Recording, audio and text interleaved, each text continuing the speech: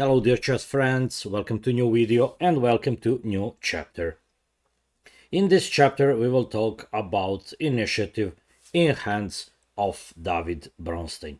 Initiative is maybe the most important characteristic of Bronstein's playing style.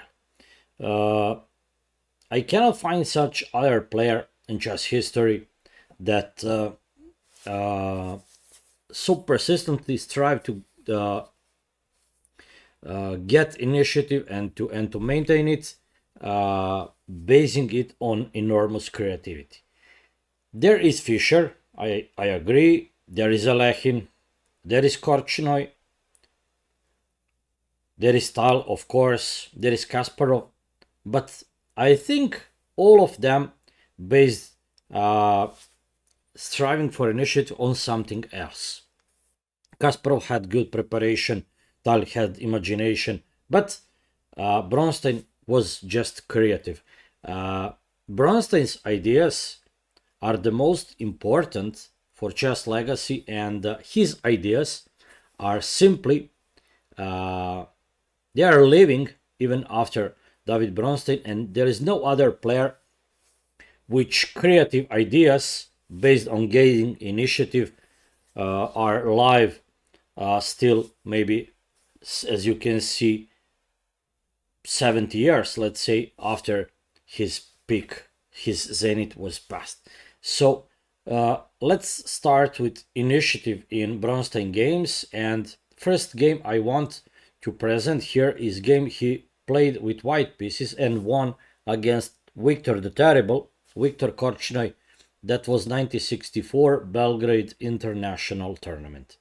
Let's see what happened in that game. Let's see how initiative was strong and dangerous weapon in hands of David Bronstein. d4, knight f6, c4, g6.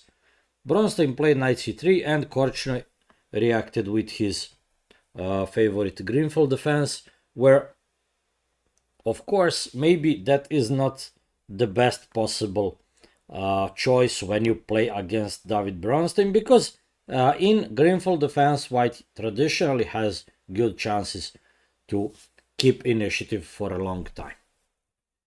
cd knight d5, e4, you can expect that from Bronstein, gaining the center. Bishop g7, bishop c4, c5, and now knight e2, not knight f3, allowing black to pin. Knight e2, castling, and knight c6. All that is very well known and all that is normal. And now Bronstein decided to play bishop e3. That is also common. Knight a5. Instead of attacking pawn on d4 that is well defended, black goes for popular play against c4, not against the bishop but against the punct. So black plans to play maybe bishop somewhere, rook c8, c takes d4, and to still install knight on d4. Other plans can be to play e5, and in case of blocking d5, to install knight on d6, but that can be played even after knight a5. So first b6, defending the pawn and preparing activation of the bishop, maybe fianchetto, but after queen a4, one of possible approaches was performed, as I said, e5. And here, yes, white can block, that will give white strong passed pawn, but on other hand, black will have chances on both wings, with knight to d6 to strike with f5, and also to push maybe majority on the queen side with some preparation. Game would be unclear, but still I think white should be preferred, but okay. White traditionally is preferred if no one makes mistake. White must be better or slightly better because of the first move. Rook a d1. And here we see striving for initiative. What happened? White didn't want to block the position. White accepts open situation on the board and wants to prefer to play with active pieces than with passed pawn and, let's say, space in hands. Generally looks like there will be many exchanges on d4, and that will happen soon, where white will have better activity and better mobility and very good centralization, but black will have better majority. Endgame would be traditionally dominant for black, but in the middle game there are good chances activity of white pieces would prevail. So let's see what happened. Black played bishop d7, normal, queen a3, targeting c5, and now black must get decision. He takes. Now it is bad to allow d5 because white will have c file for the operation, and black must take. Black takes here, and white normally takes back, but with a bishop. Okay, bishop d4, knight d4, and let's stop for a moment. Let's make some resuming of the situation. After knight d4, white has better activity. There are 4 activated pieces against 2 activated pieces on the black side. Activity is on the white side. Black active pieces should be improved again. Knight on a5 and bishop on d7 do not produce a strong and good impression. Knight d4 restricted by bishop d7, but still that knight can support bishop action. Bishop is also restricted by the pawn, but there can be maybe bishop b5 taking, and knight from b5 can invade. There is also chance to occupy weak dark squares in opponent camp on the king's side, with transferring queen maybe to h6, who knows. Also, the possibility can be to play e5, e6. What about black? Black has evidently better majority. This time not only formally, that is evidently better majority, but you know, with many pieces on the board, importance of pawn structure, of pawn elements, is just on low level. So if there are not pieces on the board, you must play with pawns. Then pawns are key pieces because the only pieces on the board. But with many pieces on the board, there is always, you need something to do with your pieces. To attack something, to defend something, to do some prophylaxis, and there is no time for pawn moves. Very rarely, with many pieces on the board, pawn play is important factor and good advice. So with pawns, with many pieces on the board, there is always or almost always something you need to use to do with your pieces, using them here or there. So also white has central majority. Just imagine what happens if white plays f4, e5, maybe later preparing f5, typical, right? If there are not pieces on the board, that advancing will not constrict black because there are not black pieces on the board you should constrict with white. You can constrict with white, advancing white pawns. But with many pieces on the board, as here, if you play f4, e5, that is serious reason for black to be concerned, right? Black should really worry and take measures to meet that advance. That is programmed in the middle game, in the end game, but that is more dangerous if there are more pieces on the board, because when you play f4 and d5, the point is not only to launch the majority. You cannot promote. Central pass pawns are never dangerous. Remember that. But with f4, e5, you will just prevent maybe knight v7, knight d6. You will prevent queen f6. Rook on e8 would be well restricted. So what I want to say, you use that central pawn wall to restrict opponent pieces and to keep them on its half on the board, on their half on the board, and to prevent activation of them. So now we are familiar with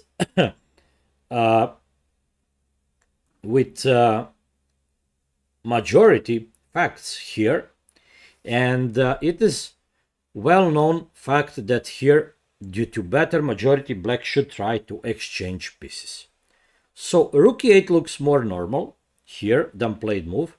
Idea is to fight against programmed advanced e5 at some moment, and also to prepare queen e7, where queen would be solid here, safe, not an open file, to offer also queen exchange.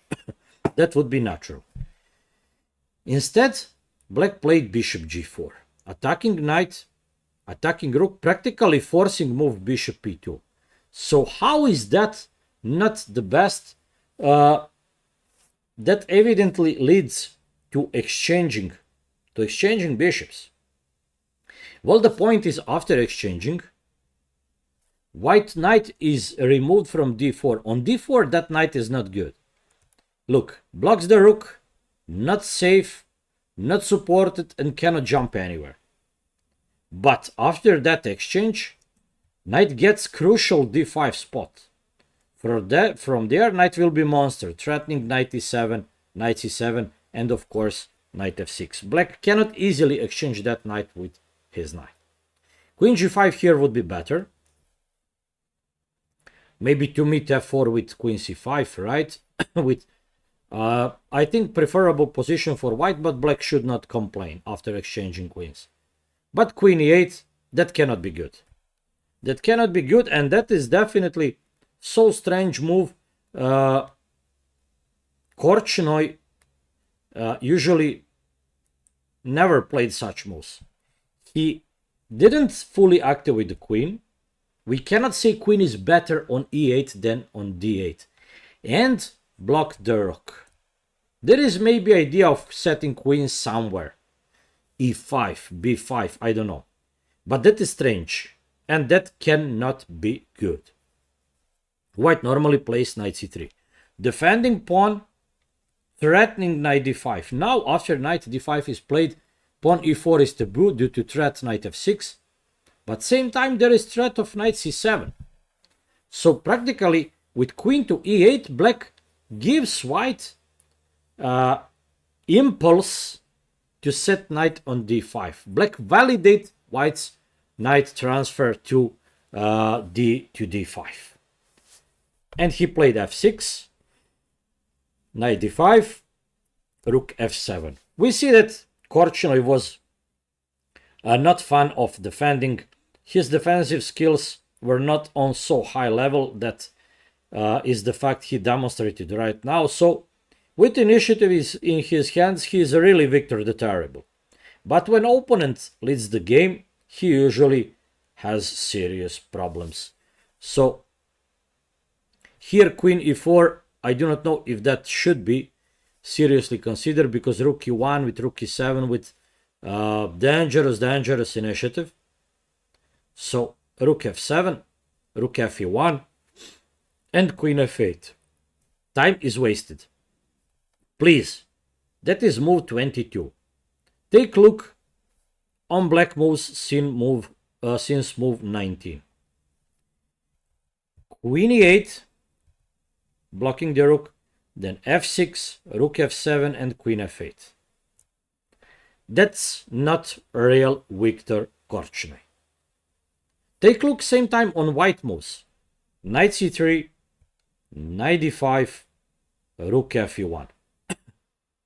Knight d5, pardon, and rook e1.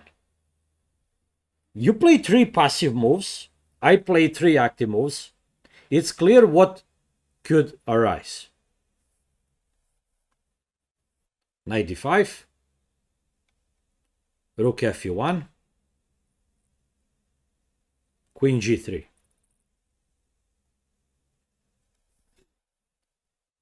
Of course, to trade queens or not. There are two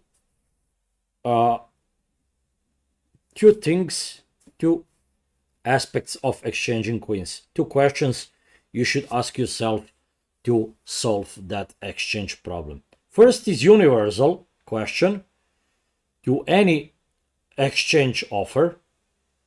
Well, the question is, who has more active piece? White queen is more active. That is a reason to keep queens on the board. But don't forget next one, very often even more important question you should ask yourself when you have queen exchange dilemma is who has safer king. Definitely, black cannot even dream about attacking white king. But after queen g3, there are a lot of problems for black. Queen is active, not only supporting knight c7 with knight e6, who knows, not only preparing e5 to recapture with the queen to dominate on diagonal, threatening knight jumps with check, but also preparing h4 attack, where black king would be in serious problem. And now black is already in serious problem.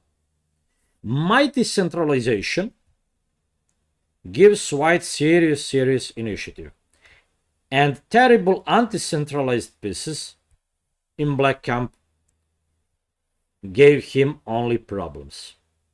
I'm pretty sure with precise play that must be already strategically winning for white, but let's see. Knight c6, normal move, bringing knight to the center, maybe to trade knights with knight e7, maybe to jump to e5, but there are many options for white, and Bronstein decided to play h4. King h8, avoiding pin. Now h5 was possible. If f5, okay, that additionally weakens the king, and there will be even knight e3, knight f5. But rook c1. Knight is perfect on d5, and white wants to occupy even c5. Knight b4. Something like knight e7 cannot be suggested because knight c7 and knight on e6 will cause serious problems for black. There will be so strong pressure. After rook c1, knight b4. Anyway, knight c7, but h5 was also direct. Okay, white wanted just to keep knights on the board. And h5. But the point is that's bad now. Why? First, let me say that knight e6 should be played. If queen moves, okay, white can even take the rook, but rook c1 is correct, queen e8. And now knight f4 dominates with intending h5. For instance, queen e2, h5, check, check, that would destroy. How? All is forced. And game over. Shocking. If knight a2 to grab another pawn, this one, and this one, keeping knight out of the game with knight e6. Really, it is looks like there is nothing black can do to avoid knight e6 with rook d8. Rook d7, rook f6. You can pause the video to try to get your own decision, but knight e6 with rook d8 is really just winning.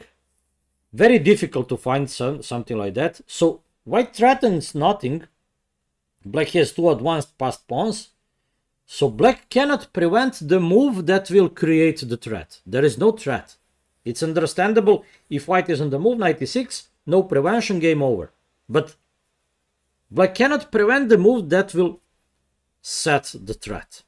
And that's very easy to miss. And we should not blame Bronstein for playing h5 because that move is on the program. But black missed the best continuation, that is queen h6. King would be safe. Queen will work. There is target of the rook on c1, and white just cannot easily unpin the knight. So that would put white in problems. But knight a2 was played. Maybe opponents were in time trouble. Yes, that's move 27, but still so tense game and so interesting possibilities, open position, needing a lot of things to observe, to calculate, so we can understand even if it not happened at that moment. Knight a2, normally rook c4, rook c6 is also good, but rook here keeps knight paralyzed. There is threat of queen b3 or rook a1 even, queen should stay to defend the knight. b5, but now knight e6. And you know, white takes the rook, and normally white on the move first takes there. Excellent. Intermediate move. Now check. And now queen g4. Threatening check on g6. Black must react g5. What now? Black has extra pawn. Pawns on queen side are not dangerous, and white initiative on the king side with 3 pieces against weakened king wins the game. White attacks with 3 pieces, black defends with 2 pieces. Knight cannot help defense. Queen f5. Simple. You want queen g6. Same time queen is defended, so knight can maybe jump here or there. Queen d7. Defending rook. And now white could check, but there is nothing concrete. Don't play this because there will be counter-attack, right? So, what to do? Simple move. Activate rook this way. e5. That's crushing. After you eliminate f and g pawns, your rook will use e file as trampoline to join attack. But now, black cannot find anything better than taking. White takes, and finally, after few more checks, after covering check, and now black resigned. If king g8, there would be queen f8 mating. Fantastic, really fantastic game. Let's start from that moment to analyze that game briefly this time. Really fantastic game. Knight a5, bishop d3, b6, and here white decided rather to keep open position on the board. Only one imprecision, that is here bishop g4 instead of rook e8, led to problems. Not easy for black to solve the problems, but queen g5 is the move. Your pieces, there is a lot of empty space in the middle. You see, c file open, d file open, fifth rank open, a lot of empty space in the middle, and you play queen to e8. No, what is this? Target that empty space, play queen g5, get fifth rank, get maybe attack on g file, get that important diagonal to prevent rook d2 doubling, to fight against rook c1, you know, to prevent queen g3, also very important. Your rooks will take breath, they will have coordination, you can set them on c file, d file, e file. Queen e8, sorry Victor, but what is this? And Victor connected queen e8 with f6 and rook f7 and queen f8. That's not chess in open position. In open position, set pieces on d file, on e file, on some central file, set pieces on 4th rank, 5th rank, set pieces in the middle, set pieces somewhere they control the center, control the middle of the board. What is this? And if you play like that against the Bronstein, you can expect punishment, more or less brutal, more or less that will happen for sure. So, queen g3, natural move, control c7, preparing knight c7, preparing e5, you could see also that, attacking on g file, and of course keeping queens on the board. You have more active queen, you have safer king, keep queens on the board. Now h4, and white should do h5 immediately, but he preferred knight c7, but now the problem is queen h6 is missed, and white would be punished. He will spoil everything, there would be nothing white has. But knight a2, black decided to grab the pawn, now invasion, and white just on the time open h file to deliver check, to play queen g4, now invasion, and game is over. With such weakened king, this or that must win the game. Here, Victor the Terrible resigned the game. He really was not the terrible in that game. He just was like some fighter in ring, right, who is in the corner and waiting for opponent strikes. So that's how I see that game. He got one chance to get the pawn, but that's not you should get. His pieces didn't go out from the box. Only this knight spending so much time to do nothing. Bishop g4, that was eliminating immediately. White pieces had initiative, and there was permanent intention from white pieces to invade opponent territory that eventually happened. Black all time played on last two ranks with his pieces, and that's something you must not do in extremely open position. In extremely open position, put pieces out, let them work, lose the game, but play like this. You know, because that's something definitely you simply must do. And that would be all for that video. Let's switch to next instructive game to present how David Bronstein was so dangerous with initiative in his hands.